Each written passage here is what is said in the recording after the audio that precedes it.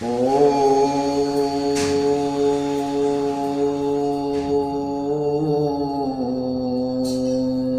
श्री रामाभ्याय नमः।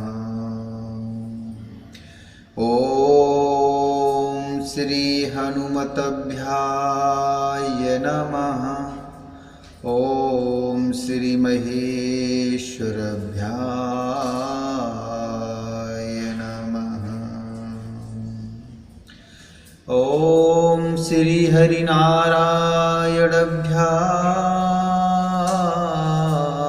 नमः। ॐ श्री गणेशाभ्याय नमः।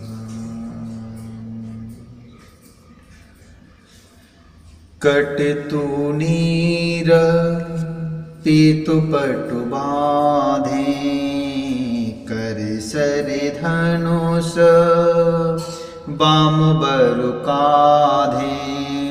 पीत जगयुप बीत सुहाए, नख सिख मंजो महाछवि छाए।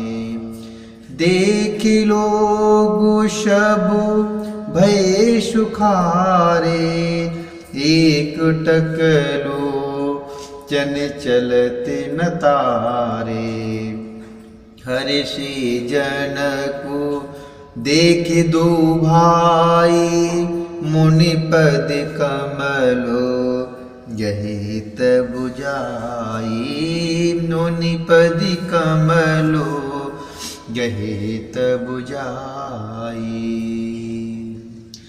कमर में तरकश और पीतांबर बांधे हैं, दाहिने हाथ में बाण और बाएं सुंदर, कंधों पर धनुष तथा पीले यज्ञोपवीत अर्थात जनेऊ शोभित हैं। नख से लेकर शिखा तक सब अंग सुंदर हैं, उन पर महान शोभा छाई हुई है। उन्हें देखकर सब लोग सुखी हुए। नेत्र एक टक हैं और तारे अर्थात पुतलियां भी नहीं चलती। जनक जी दोनों भाइयों को देखकर हर्षित हुए। तब उन्होंने जाकर मुनि के चरण कमल पकड़ लिए। कर बिनती निज कथा सुनाई, रंग अवनि सब मुनि दिखाई।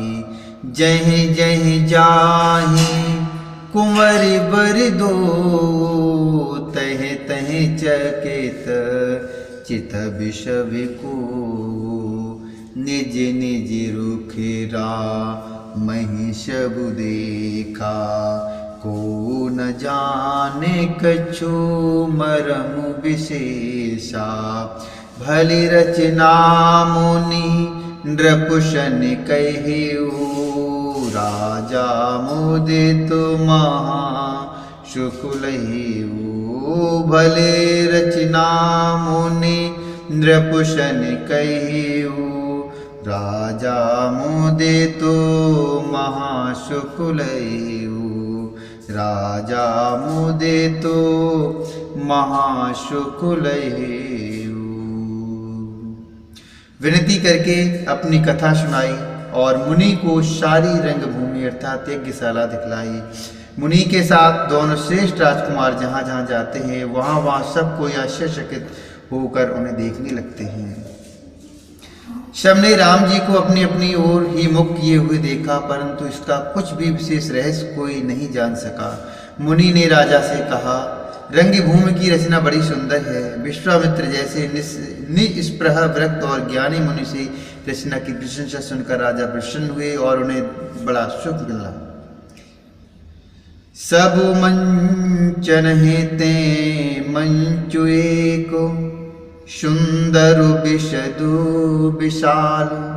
मुनि समेत दो बंधु तहें, बैठारे महिपाल। मुनि समेत दो बंधु तहें, बैठारे महिपाल। सब मंचों से एक मंच अधिक सुंदर है, उज्ज्वल और विशाल था। स्वयं राजा ने मुनि सहित दोनों भाइयों को उस पर बैठाया। प्रभु देखे सबु नृपोहिए हारे, जनुरा केस उदय भय तारे। अस प्रतीत सब के मन माही, राम चापे तो रब शकुनाही। राम चापे तो रब शकुनाही। बिनु भंजेहु भव धनुष विशाला, मेले सिए राम उर्माला। असि विचार गवनु घरु भाई, जसु प्रताप बलु तेजु गवाई। जस प्रताप बलु तेज गवाई।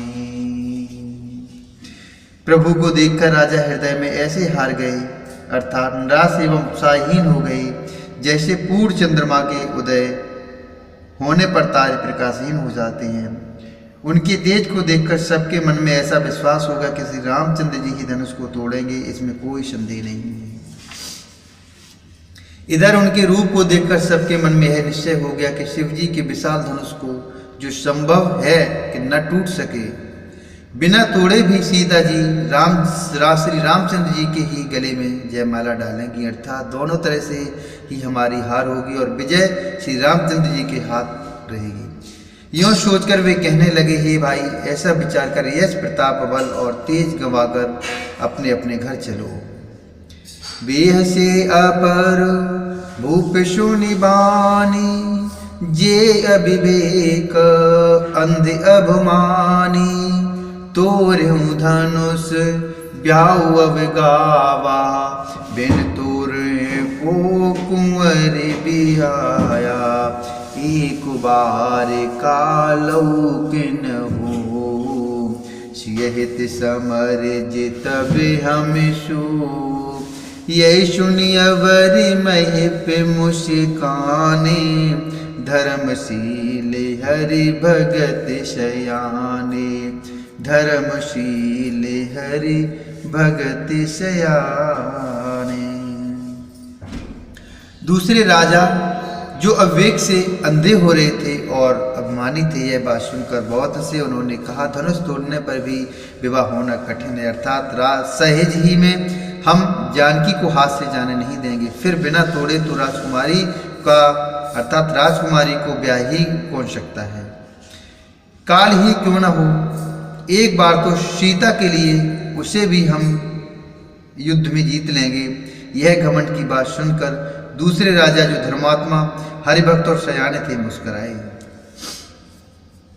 सिए बियाह बिराम गर्भ दूर कन नृपन के, जीत कोशक संग्राम दशरथ के रनु बांकुरे। जीत कोशक संग्राम दशरथ के रन बांकुरे। उन्होंने कहा, राजाओं के गर्व दूर करके जो धनुष किसी से न टूट सकेगा, उसे तोड़कर श्री रामचंद्र जी सीता जी को ब्याहेंगे। रही बात युद्ध की, तो महाराज दशरथ के रण में बांके पुत्रों को युद्धों में तो जीत ही कौन सकता है। ओम श्री रामाभ्याय नमः। ओम श्री हरिनारायणाभ्याय नमः।